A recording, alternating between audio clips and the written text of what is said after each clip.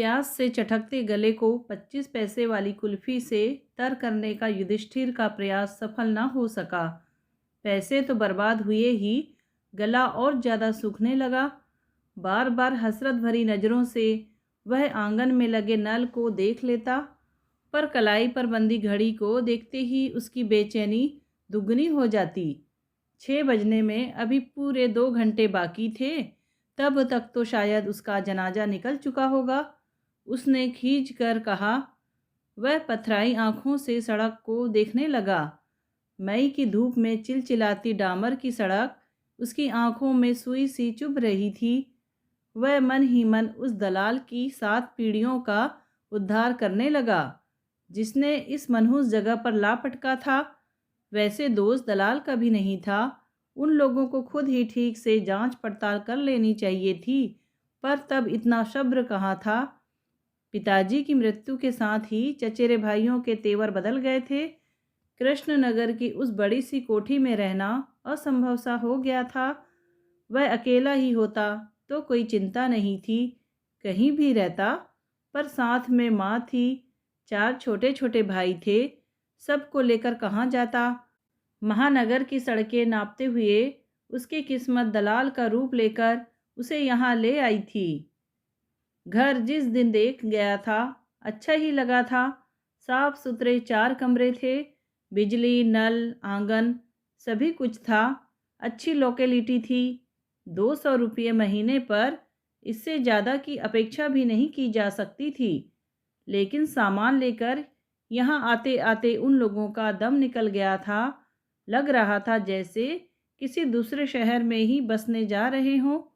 पता नहीं क्या सोचकर लोग इतनी दूर दराज कॉलोनियों में घर बना लेते हैं। सामान से लदा उनका टेम्पो जैसे ही घर के सामने रुका, आसपास की खिड़कियों पर कई जोड़ी आंखें टिक गई थी। वे लोग ऑटो रिक्शा से उतरे तब तक पसीने से तरबतर भीम पड़ोस के घर में घुस गया था।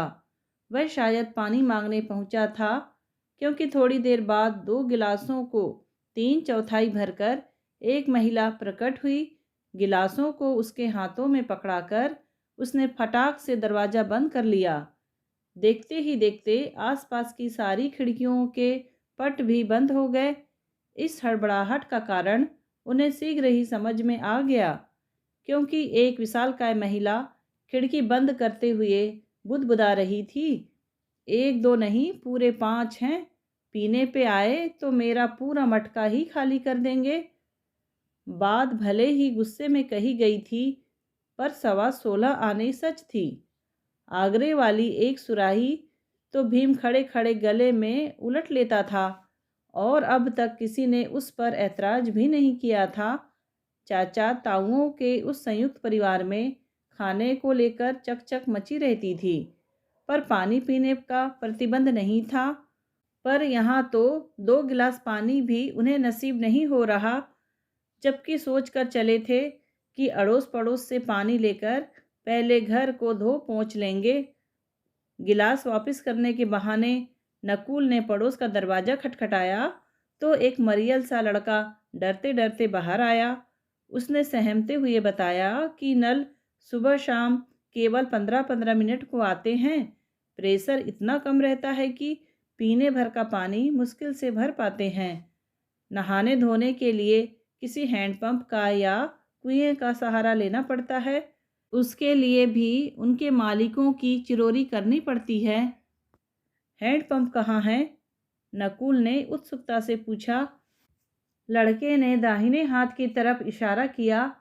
दूर सड़क के उस छोर पर हरे रंग का एक बंगला चमक रहा था। उन लोगों को लगा जैसे कोई खजाना मिल गया हो। नकुल ने 2 बाल्टियां उठाई।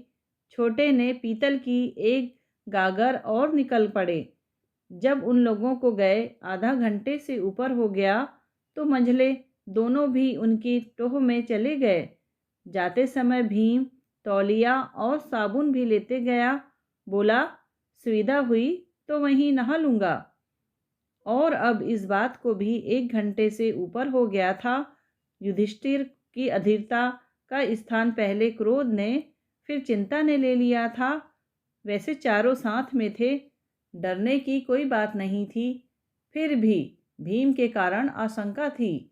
अक्कड़ आदमी है, कब किससे भिड़ जाएगा कहा नहीं जा सकता।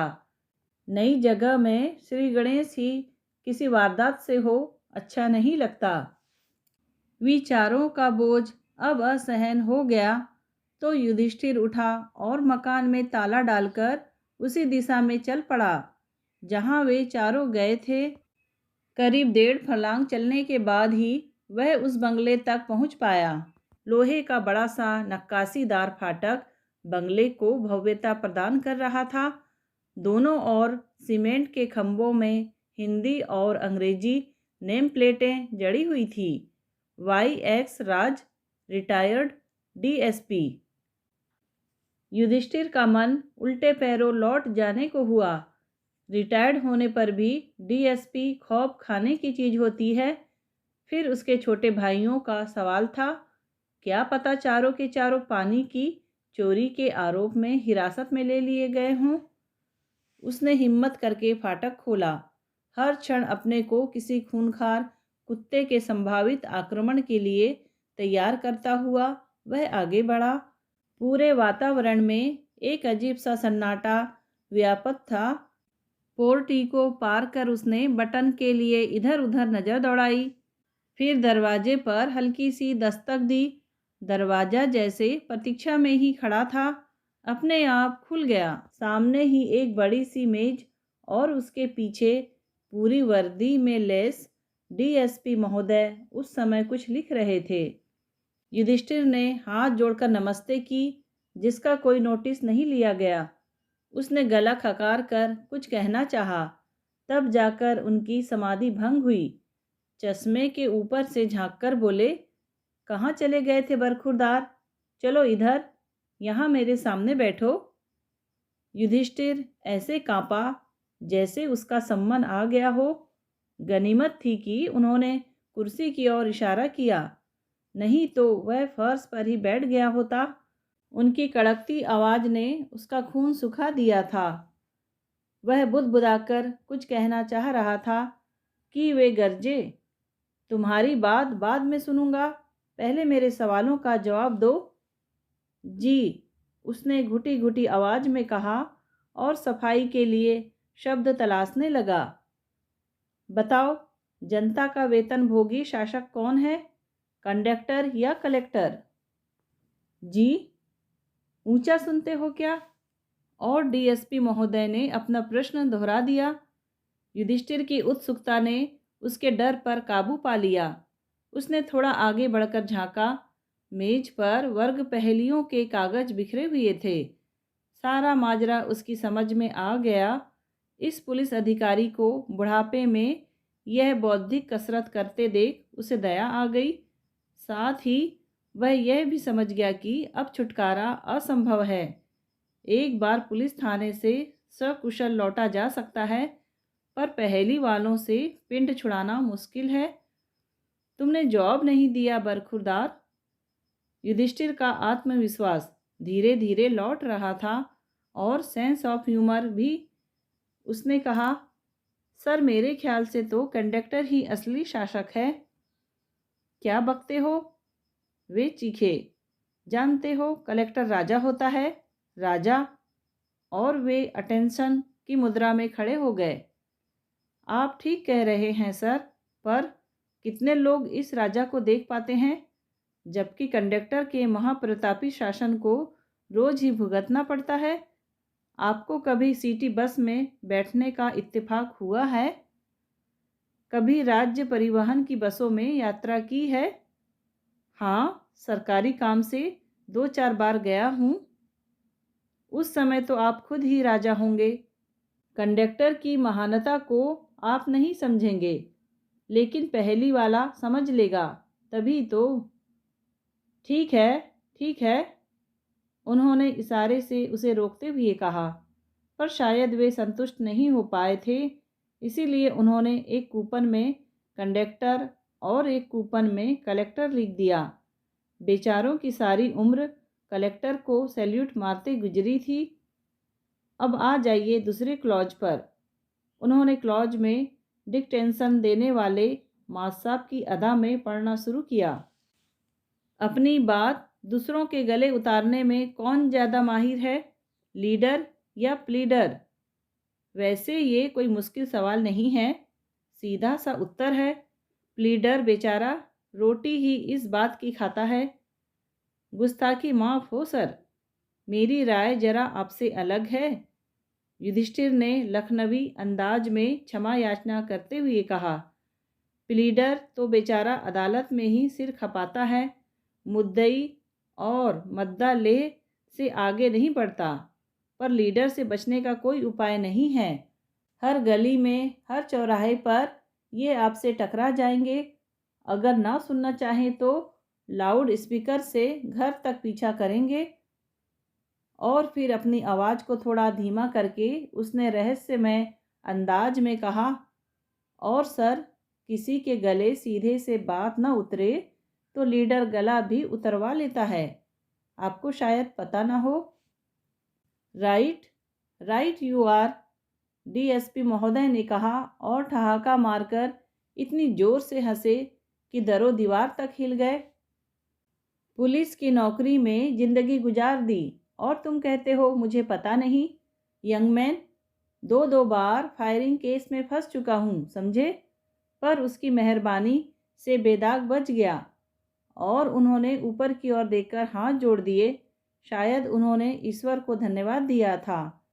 वैसे युधिष्ठिर ने जब ऊपर देखा तो उसकी आंखें दो भूतपूर्व मुख्यमंत्रियों की तस्वीरों से ही टकराई थी। मिस्टर राज इस बीच कूपन भर चुके थे। दोनों में उन्होंने लीडर ही लिख दिया था। अब फटाफट तीसरा शब्द भी देख लें।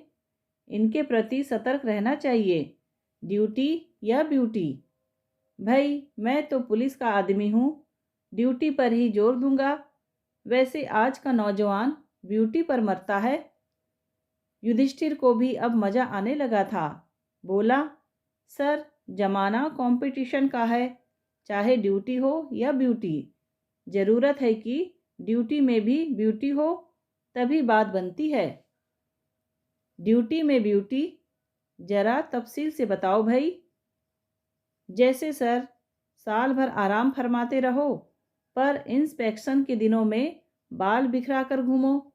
ऑफिस में दिन भर पाँव पसारे सोते रहो, पर घर जाते समय फाइलों का एक गट्ठा साथ में ज़रूर हो।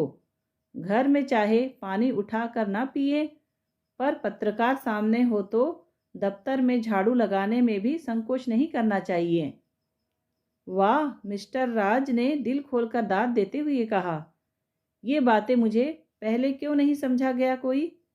आईजी बनकर रिटायर होता। वे बड़ी देर तक गुमसुम बने इस बात का मातम मनाते रहे। उस चुप्पी ने युधिष्ठिर को खुलकर सांस लेने का मौका दिया और उसी राहत ने उसे याद दिलाया कि वह यहाँ क्यों आया था। साहस बटोर कर मूल प्रश्न पर आना ही चाहता था कि मिस्टर राज ने फिर से पेन उठा लिया। हाँ तो बताओ, देश के लिए क्या अधिक जरूरी है, नसबंदी या नशाबंदी? दोनों ही बहुत खतरनाक चीज़ें हैं श्रीमान। एक ने इंदिरा राज को डुबो दिया तो दूसरी ने मोरारजी देसाई का बेड़ा गर्क कर दिया। पर पहले एक गिलास पानी मिल जाता, गला बहुत सूख रहा है, उसने गले को सहलाते हुए कहा। ओ श्योर श्योर, डीएसपी महोदय ने कहा और खुद ही पानी लाने चल दिए। युधिष्ठिर तय नहीं कर पा रहा था कि यहाँ से भाग ले या एक गिलास पानी की खातिर शेष पहली से भी दो चार हो ले। तभी उसे लगा कि कोई पुकार रहा है। मुड़कर देखा, पोर्च में एक खंबे की आड़ में अर्जुन खड़ा था। नालायकों, इतनी देर का दबा गुस्सा जैसे उफन कर बाहर आने को हुआ। शश, बड़े भैया धीरे बोलिए। अर्जुन ने इशारा किया तो वह धीरे से उठकर बाहर आ गया। कहाँ गायब हो गए थे तुम सब के सब? वह गुर्राया। गायब हम हुए थे कि आप? पूरा मोहल्ला छान मारा, आधे घंटे से पानी लिए दरवाजे पर खड़े हैं। कहाँ मिला पानी? यहीं पड़ोस में एक छोटी सी कॉटेज और फार्म है। उसी के कुएं पर हैंडपंप फिट है। बढ़िया पानी है, खूब नहाते रहे हम लोग। और यहाँ चिंता के मारे मेरा दम सूख गया था। घर से निकला तो यहाँ फंस गया। मैं समझ गया था आप यहीं होंगे। अर्जुन ने कहा, मैं खुद मुश्किल से जान छुड़ाकर भागा हूँ। लेकिन आदमी मज़ेदार है, पूरी मशीन गन है। दनादन ऐसे सवाल पूछता गया कि दिमाग का फ्यूज उड़ गया। बहरहाल आपको मज़ा आ रहा हो तो बैठिए, मेहरबानी करके चाबी दे दीजिए। नल आने को है। एक आध घड़ा पीने का पानी न भरा गया तो कल अम्मा आते ही कोर्ट मार्शल कर देंगी। क्या कहा? नल आने को है? युधिष्ठिर ने चोर नज़रों से दरवाजे की ओर देखते हुए कहा और सीधे फाटक की राह ली। उनका बुनियादी सवाल हल हो गया था। दोस्तों, कहानी पसंद आई हो तो प्लीज़ लाइक, शेयर और सब्सक्राइब ज़रूर कीजिए। कहानी सुनने के लिए आपका धन्यवाद।